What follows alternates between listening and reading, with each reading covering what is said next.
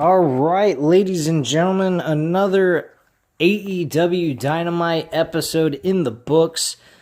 Folks, if you didn't think Darby Allin was crazy and could endure unimaginable pain, you have now learned he can. And he's out of his fucking mind. This guy took a fucking ass beating and kept on ticking. He won against Brian Cage to defend his TNT championship in the main event of Dynamite here tonight on AEW. Folks, I gotta say, great main event. Great opener with Eddie Kingston and Pac. The match with FTR and the Jurassic Express. Excellent tag team match. The rest of the show had some questionable creative decisions. I don't know if I agreed with them. I don't know how I feel really about them, whether I dislike them a lot or just feel that the ideas didn't make logical sense. Example, Matt Hardy, the way he's treating the Private Party out of nowhere, all of a sudden, he's become this fucking lowlife prick. Why? I have no idea. He was trying to help Sammy Guevara learn that he has potential to be something great and he needs to get away from Chris Jericho in the Inner Circle and get on out on his own. And yet, we got Matt Hardy acting like an egotistical prick now with the Private Party.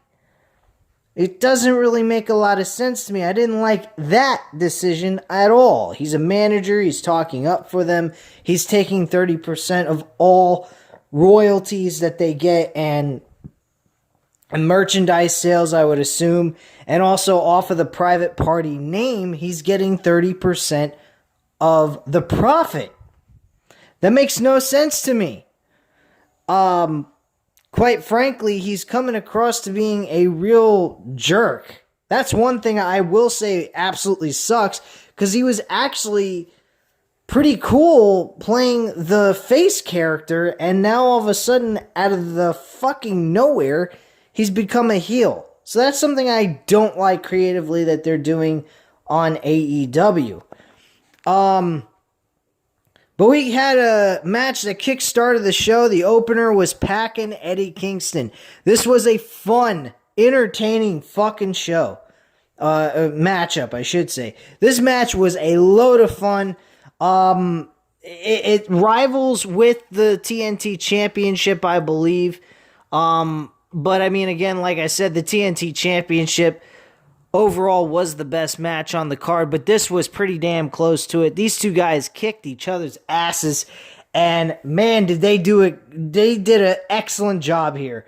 Eddie Kingston, I gotta say, is an excellent performer. He really could use some of the lost weight. I don't like the little pot belly he's got. I imagine Eddie Kingston a little bit more slimmer. He's pot-bellied, so outside of that, his in-ring wrestling skills with other people has been fantastic. His matchup with freaking Jon Moxley for the World Championship at Full Gear was outstanding. I loved that match. I thought that match was great. He has had some really good and entertaining matches since he's came into AEW. I have to admit that. Some of his matches have been a little bland and boring. I will admit that too. He's had his matches where they're not all that exciting, but I mean, you can't win them all, you know. Post-match though, Pac actually locks in the Brutalizer for a moment, and then Blade and the Butcher jump in the ring, but so do Pentagon Jr. and Phoenix. From the back, Lance Archer shows up with Jake Roberts. He runs out and clears Kingston's group out of the ring. Archer tells Pac he needs to get on the same page as him. And Archer then heads to the back and Pac celebrates with his guys. Didn't quite get the purpose of this? I don't understand Lance Archer. He needs to get on the same page. Pac needs to get on the same page with Lance Archer, is what Archer said to Pac. I don't quite get it. They're not allies. They're not anything to each other. They just share a common hatred for Eddie Kingston and Butcher and the Blade. Outside of that, they've done nothing. They have nothing to do with one another. Now, I mean, if you want to build that into some kind of, fun, entertaining, friendship that they build off of the hatred they have for Eddie Kingston, by all means, that would make sense. But right now, things don't look all that big of a deal. Like, who the fuck cares? I mean, unless you're going to put Lance Archer and Pac together in a tag team match against Butcher and the Blade for like a next week's episode type of thing, and have them team together and they win, and they start showing some respect to one another, and they actually appreciate one another's help, I guess you could say then they're starting to form a bond as friends. And at that point, you could have Lance Archer, Pac, Ray Phoenix, and Pentagon Jr. all together as one team and have a 4-man group, which, I mean, the Inner Circle had that at one point. Now they've expanded, which is fucking god-awful. I'll get into that once we get close to that segment. We had Miro, formerly known as Rusev, going one-on-one with Chuck Taylor, which this matchup, if Chuck Taylor lost, would be Miro's young boy, basically his servant, for a month. And that is what Chuck Taylor will now become, his servant. Miro won this match in a very bland match. I did not really care for this match whatsoever. But Miro won with a, I believe it was, I'm trying to remember what they fucking call that move. It's like the Steiner recliner, only it's called the Game Over. So yeah, he connected with that and made Chuck Taylor tap out in that move. And that is the end of the match. The match was very bland, very quick too. I really did not like this match. I was expecting a lot better than that. That was just trash. Very disappointing matchup, I'd have to say. That is one sour spot on the entire card, is that matchup. That was probably the worst match on the card, to be quite frank with you. Backstage, we had Dasha talks with Private Party and how they signed with Matt Hardy as their manager. I already discussed all this. I really don't understand the logic and how this makes any sense. How Matt Hardy goes from being a mentor and a guy that cares about the young talent, now turning into an asshole for no reason whatsoever, no explanation. It really is a terrible creative decision what they're doing here. I don't quite understand the logic behind it, nor do I understand where it came from. I really don't know. If anyone knows why Matt Hardy turned heel and they actually gave us an explanation to why and I just happen to miss it, please let me know, because I can't find the reason why he's turned heel. It makes no sense. After that backstage segment, we had the Inner Circle head out. They were talking about the New Year's revolution, what their New Year's resolution was going to be. Their New Year's resolution was Jake Hager wants to win championships for the team. You had Ortiz and Santana talking about food, which that was funny. MJF mentions, what are you people booing about? The fans were booing about making food. And before they even made their resolution, MJF said he wants to go ahead and be able to be closer with everyone in Inner Circle and be a tighter group than they've ever had before. And he hopes that someday he could get rid of all fat people. And then he's talking about people booing the fact that they're talking about how to make better food or some shit. And he's going, why are you guys booing about food? I thought that was pretty funny by MJF. Very nice touch there. I hope that wasn't part of the dialogue that was supposed to be thrown in there. I hope that was an impromptu type of thing that just happened to come out of his mouth, because that was just funny as shit. And then we had Chris Jericho come out of nowhere and say he wants to become tag team champions with MJF. Now, this struck me by surprise. This was completely out of nowhere. Then Sammy Guevara stands up and he says, wait a second, Jericho, I know what the hell you are. And Jericho goes, what am I? He goes, you're a fucking tag team slut. I fell on the floor. I'm like, what the hell? A tag team slut? And then he explains the reasoning behind why he called him a tag team slut. He goes ahead and he says, you tag team with Jake Hager. You first tag team with me. We were called the Demi-Sex Gods. And now you want to tag with MJF. What's next? You're going to tag team with fucking Snoop Dogg? God help him if he does that after what we saw last week from Snoop Dogg. That fucking body splash was terrible. Holy shit, was that fucking horrendous. Probably the worst maneuver I've ever seen performed by anybody. I mean, I could perform a better body splash from the top rope than Snoop Dogg. I mean, that was fucking horrendous. God help us all on that one. But yeah, he goes ahead and he gets... Sammy Guevara is pissed off and he's upset. And then Ortiz and Santana stand up and they say, look, man, you brought us in here in the Inner Circle to be the tag team of the Inner Circle. Why wouldn't we be the ones to win the tag team gold? Why would it be you and MJF? And Jericho finally comes to a solution because everyone started having a hissy fit about all this. He said, all right, how about next week?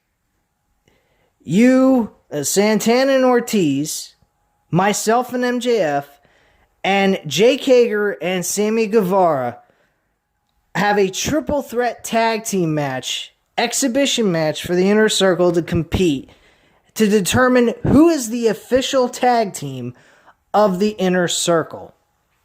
Now, the match I absolutely love. The concept of why they came about with this kind of dumbfounds me. I don't understand the purpose of why Jericho's continuously looking for a tag team partner when he already has a tag team in his faction. It really dumbfounds me. And for Santana and Ortiz to finally mention this after Jericho was teaming with Jake Hager to announce that they wanted to win tag team gold, and they really didn't speak up about this until just now, really kind of dumbfounds me a lot as well. I don't quite understand. It really, they lost me there. There's some consistency missing here. It was too little, too late type of situation, in my opinion, about Santana Ortiz. It seems like they were okay with taking a back seat. Now that MJF is in the team, they're kind of like standing up and saying, "Hey, we're the tag team of this faction." So it doesn't make a lot of sense to me, and that's what I'm kind of debating about creatively. What the fuck they're doing? It seems like a little bit of a WWE type of situation here. But granted, despite my feelings on that, they are still superior to WWE. I mean, creatively, they are still superior. There's no fucking way in hell you can say AEW is a crappy creative promotion. No way in hell. The match, though, the concept, the idea of what they did here was fantastic. I love the idea. I like the triple threat tag team match. It should be a very exciting match. Quite frankly, I would make that the main event for next week's episode. I definitely see that, and Santana and Ortiz need to win this match. Guaranteed. There's no reason for them to be singles wrestlers. There ain't no fucking way that should happen.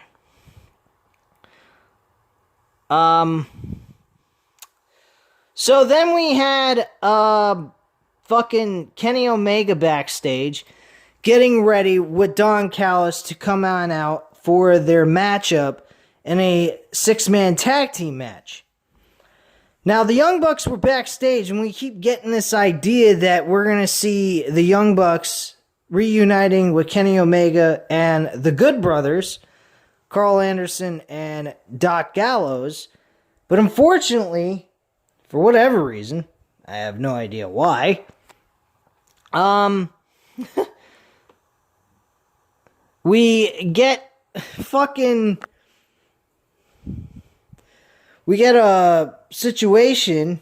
I'm sorry, I'm just trying to read off what I see here.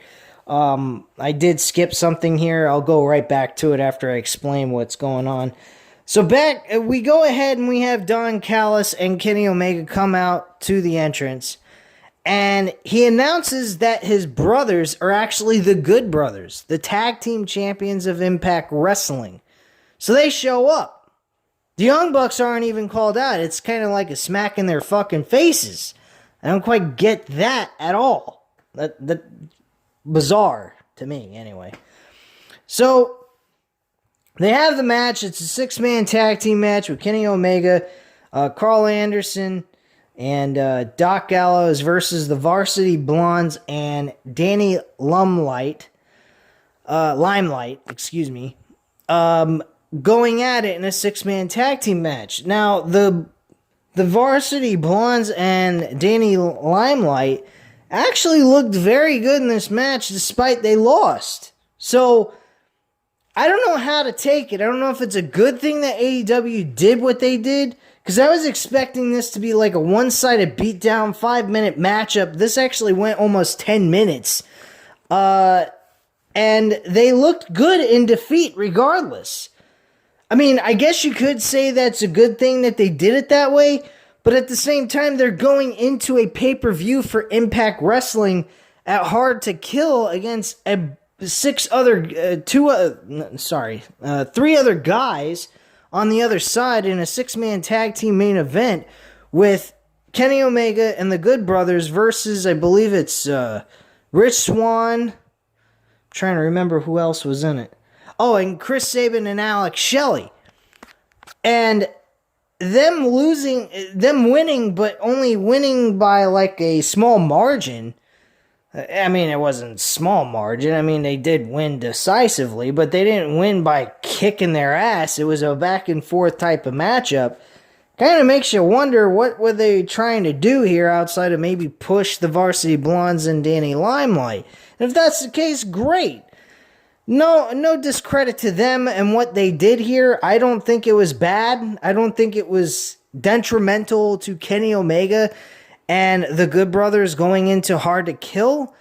But I was kind of looking towards a one-sided beatdown, less than 5-minute ass whooping, and then we move on to the next match. That's what I was kind of going for, but hey, it is what it is. Before that match came up, we had a backstage interview with Alex Marvez talking to the Dark Order and wonders what's next after losing their leader, Brody Lee. Evil Uno says they have to be better people and do everything in Lee's name. He then says next week Hangman Page should team with the Dark Order. The group pulls Page in and wants to talk with him. They ask when Page is going to make his decision if he's in the group or not. Silver says next week after the match is a good time. Page agrees, and that's when he's letting the group know whether or not he's going to join the Dark Order.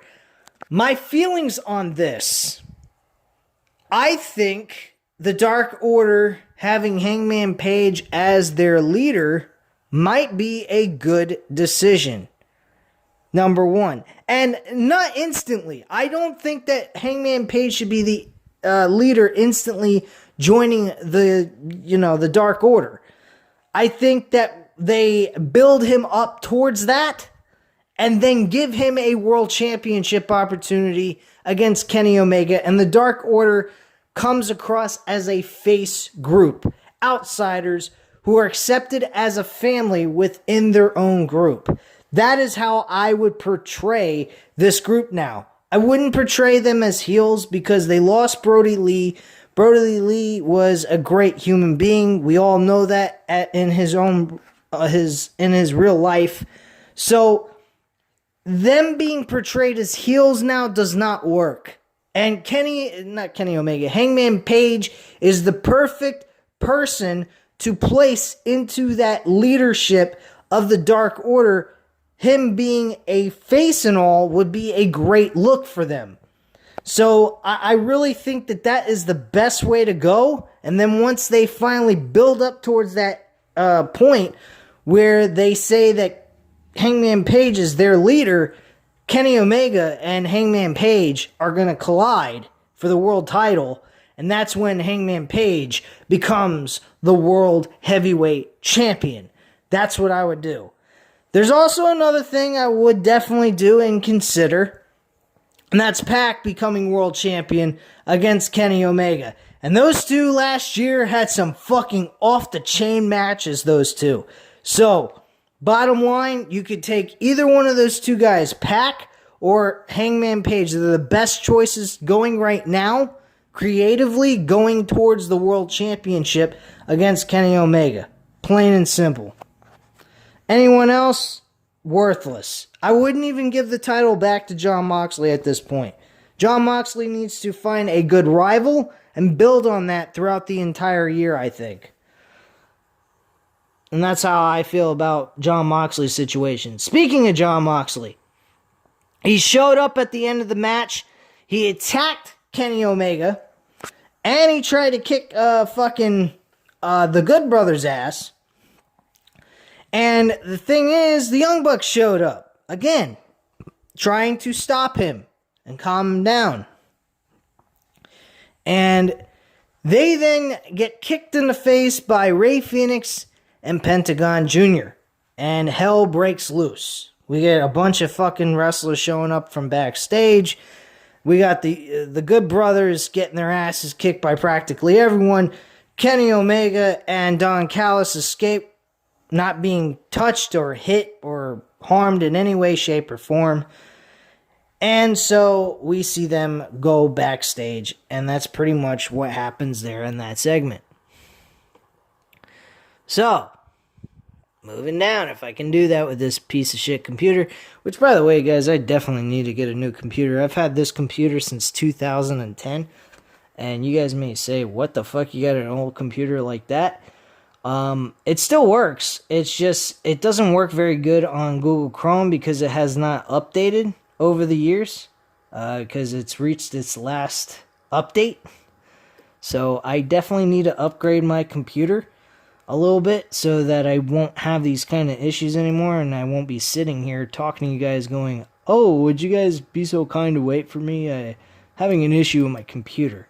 So I apologize about this. But I am eventually, within the next couple of months, going to get a new computer here.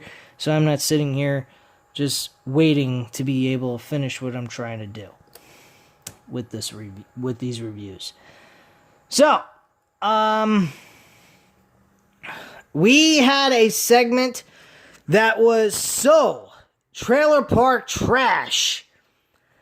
I mean, I can hear The Rock from back in the 90s, when he was part of the corporation, going ahead and calling everyone trailer park trash. That's what we were watching with Britt Baker, Cody Rhodes, and Reba. This was trailer park trash, Jerry Springer type shit. And folks, I did not like this, not one single bit. I thought this was garbage. I did not like the build.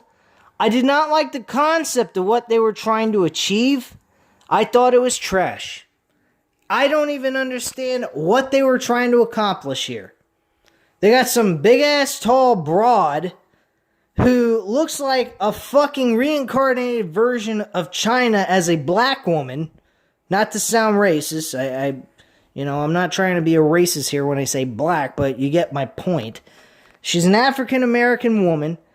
She's big as fuck, and she looks like she looks like she's freaking China, and she's tall. I would think she's actually taller than China. And she's got this other chick who shows up. She's got a rivalry. This actually happened, I forgot her name. I think it's Serena Red or some shit.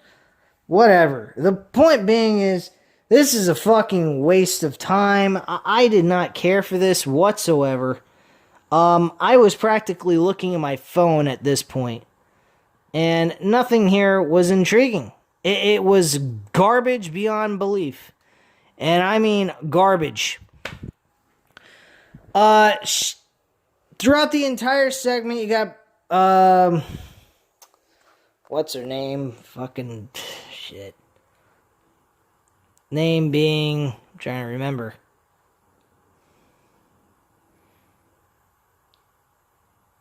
Alright. We got Brett Baker making fun of Cody the entire time.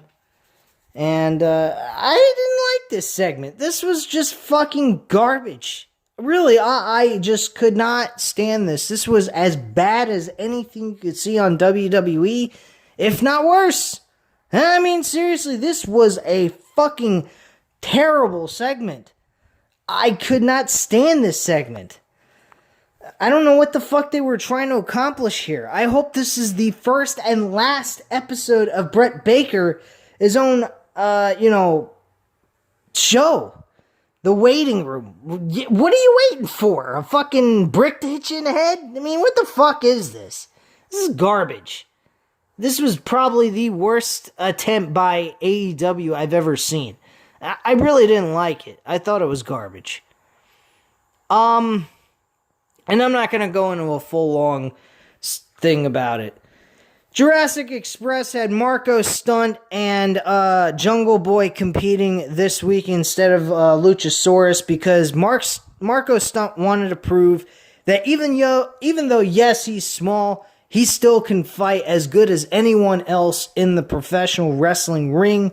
And he proved that here tonight. Unfortunately, he lost, as usual. FTR wins this matchup. They pick up the victory, and they go home. Serena Deeb, she defended her... I'm getting tongue-tied here. Serena Deeb defended her NWA Women's World Championship against Tay Conte. This matchup was alright. It was average. It was okay. It wasn't nothing to cry home about, but it was better than most women's matches on AEW. Let me just put it that way. Serena Deeb, of course, though, did retain her championship. Tay Conte and Anna Jay are really getting a lot of losses on their record. Both of them. They're both very entertaining women, especially with the fact that they come from the Dark Order. They look good, but when it comes down to it to challenge for a world title in their their division, for the women's division, they don't really succeed. I think they're trying to get to a climax with this story. I think they're really trying to build towards one for these two women. And I think eventually one of them will become a women's world champion in AEW. So I wouldn't put it past them to put the title on Anna Jay at some point. I think they're trying to build a story towards this. And I think that's fine. I don't have any issues with it, but it would be kind of nice to see one of them win the women's world title. Now, the main event, I already discussed. Darby Allin beats Brian Cage. I thought this matchup was fun as hell. And man, oh man, did Darby Allin earn this win. He got his ass kicked and kept on ticking, as I said earlier in this video. He was fantastic. Brian Cage was great. He reminded me of Brock Lesnar and John Cena, both Darby Allin and Brian Cage. Only Brian Cage was doing a variety of different moves on Darby Allin, unlike what Brock Lesnar was doing, which was 50 million German suplexes throughout the entire fucking match. And several F5s. So, gotta give credit, Brian Cage was more creative with this beatdown than Brock Lesnar was with John Cena in SummerSlam of 2014, which I have to admit, despite the fact it was a complete beatdown, it was a complete surprise to me. This was not a surprise that they had this beatdown go on for about almost 30 minutes. Let's cut it down a little bit shorter, like 20 minutes. For them to do that. I wasn't surprised by it. It is believable to have Brian Cage go over that much on Darby Allin physically, based on the fact of height and weight. So at the end of the day, they did the right thing here. Unfortunately, Brian Cage keeps being placed in these unfortunate situations where he can't win a championship, and the only title he can carry around his waist is a meaningless belt by Taz called the FTW Fuck the World Championship. Don't quite understand why they keep putting him in this situation. I think they need to build him up, get him some wins, go back to the drawing board, and have him kick some ass on the rest of the roster before going back into a world title match. And then when they finally do that, they have him win the fucking world championship, being the TNT championship, because right now, creatively, Kenny Omega, I don't think is going to lose it to a guy like Brian Cage. I mean, let's be real. But the TNT championship is a more believable opportunity for Brian Cage to win at this point right now, with him being in AEW as long as he has. Ricky Starks maybe, but then again, you have Brian Cage already lost to Darby Allin. Why would you have Ricky Starks face him already and have him lose? Because Ricky Starks shouldn't win if Brian Cage couldn't.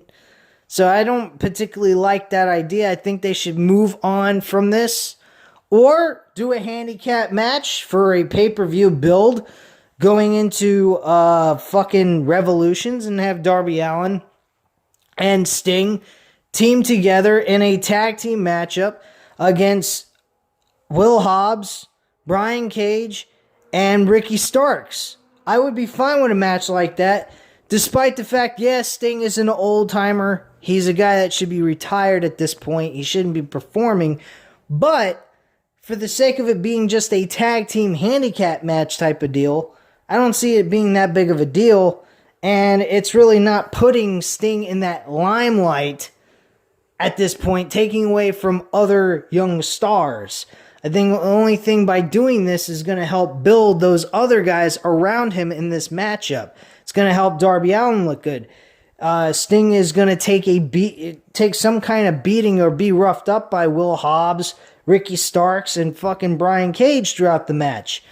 Best way to end it, the three of them going a big ass kicking on Sting, and then eventually he gets the hot tag to Darby Allin. Darby Allin gets the win for their team, and that's it. Done and over with. That's how I do it. I just end it like that. Have the Taz team go back to the drawing board and build up their stock and wins, and then eventually get some kind of, a championship under their faction. So that's where I would go with this. And that's pretty much it, guys. That was the main event. Sting did show up at the end to help Darby Allin close out this match because he was getting screwed over. And Darby Allin did a crucifix roll-up pin, which was needed. It was definitely something that was something he had to do because everything else he tried to do wasn't working. And with him being smaller than Brian Cage, I guess that would be the best way to go. But then again, I mean, he is bigger. He should have been able to kick out, but he had his arms pinned pretty well with his legs. It prevented him from doing that. So I guess they did the right decision there at the end. But great match overall. This was an okay show. I'm not going to say it was complete garbage. Like watching a WWE Raw episode that we saw this past week, which, God help us, that was terrible. But there were some creative decisions I questioned. Outside of that, the show was decent. It had some good matches. The matches were not terrible. Except for that Miro versus Chuck Taylor match. That was fucking garbage. But that was pretty much it, guys. So at this time, you know what to do. Hit the like button if you like this video. Hit the subscribe button if you're not already subscribed to the channel, of course. And leave a comment down below, and I'll definitely get back to you on that. And I thank you very much for watching. And again, I appreciate you guys for all your interactions that you've been making on these videos for the last couple of days. I guess Goldberg really struck people's attention to this channel.